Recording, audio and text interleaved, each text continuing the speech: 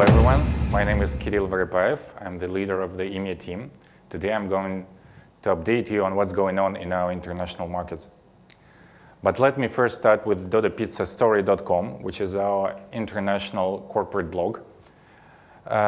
It was launched by Mark Scotting a couple of years ago, and in the past quarter it was relaunched in the new design, which, as you can see, is fresh and modern and sexy. And the next weekly meeting, Vita Tupikin will tell you more about this project. And of course, the crown jewel of this website is the live sales dashboard. And it has also been significantly improved over the last couple of months. Now you can find their weekly sales and like-for-like sales growth, and you can apply various filters to create your own ranking of interest. And here you can see the weekly website visitors for dodapizzastory.com over the last 12 months.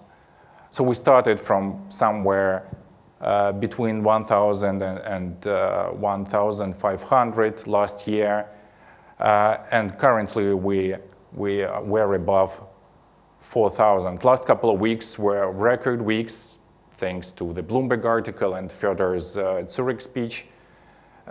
So we have a good trend here.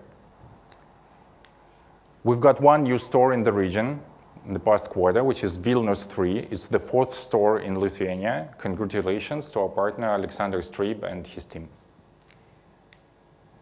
So let me help you read this chart. So here you can find in the bottom all European pizza shops, excluding UK. And the bars, they represent average weekly sales for each store for the last 12 weeks. So you see that store in Tallinn 1, made around 30,000 euros per week in the past quarter, and Vilnius 3, which is a very young store, made around 5,000 euros per week. And diamonds represent like-for-like sales growth of each store for the respective period. So what you can see here is that there is an obvious group of leaders. These are the stores with strong sales. They're all in the left part of this chart.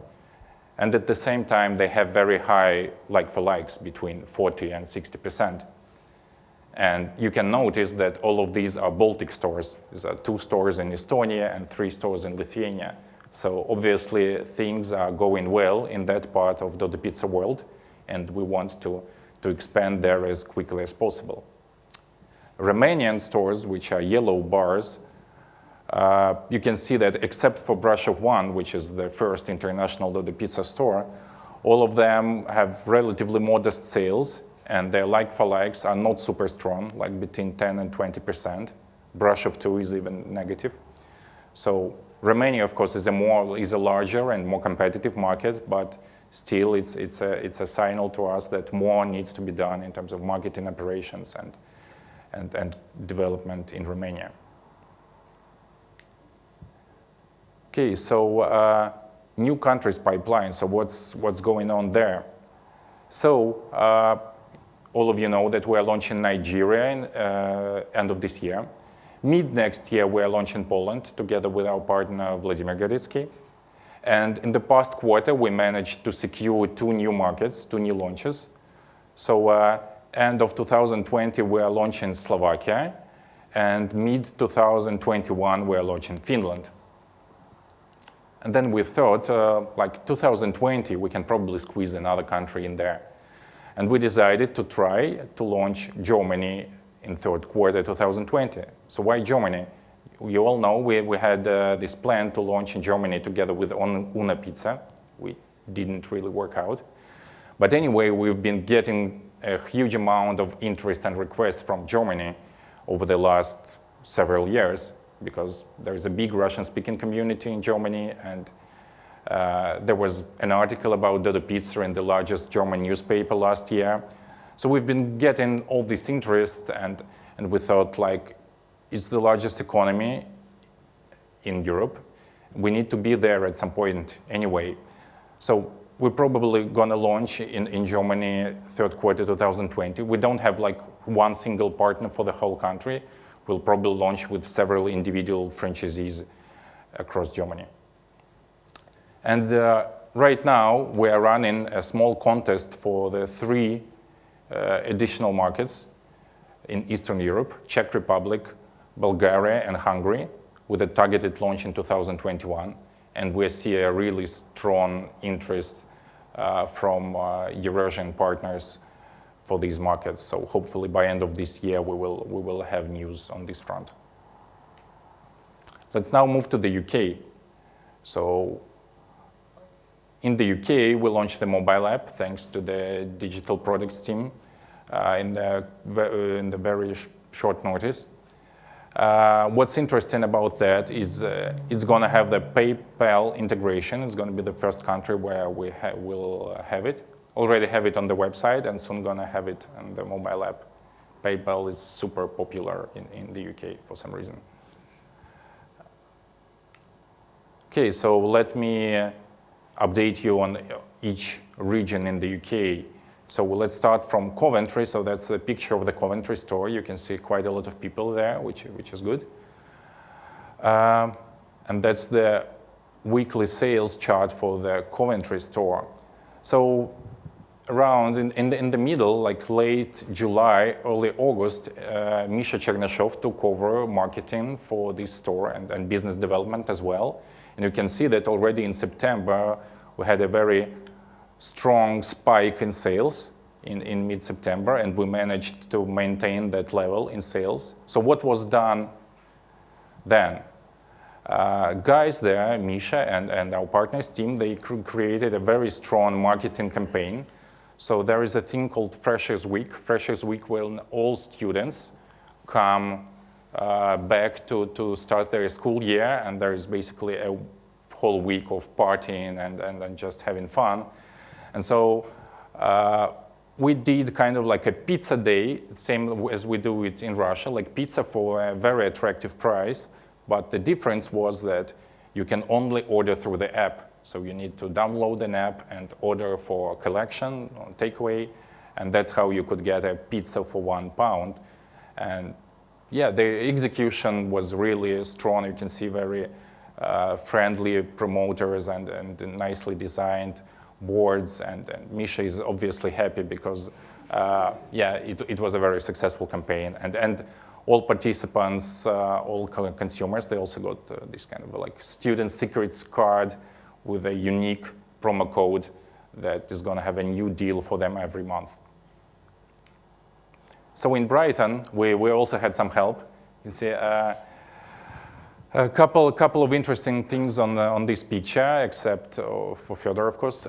There is a kind of a like new positioning. That's a joke, of course, but we had this artisan pizza delivery facade, and we changed the recipes. We were not artisan anymore, so we needed to find a quick fix. So that's it. And we also started using the electric bicycles there, which are really fun and also sustainable, which is important in the UK and especially in Brighton.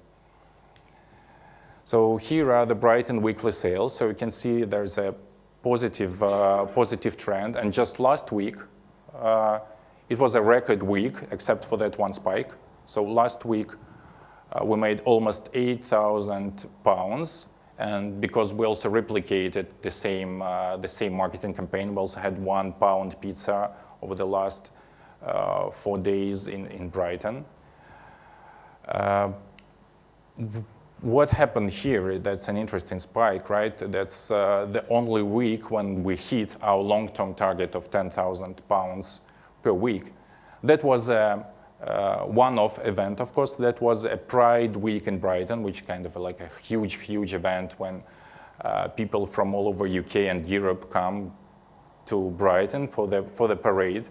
But it didn't come easily for us. So imagine it's Saturday. There's a huge parade just walking by the store, by our street, but sales are not really strong at that point because people just, they're there just for the parade. They don't stop by to come in the store and then wait for their pizza, etc.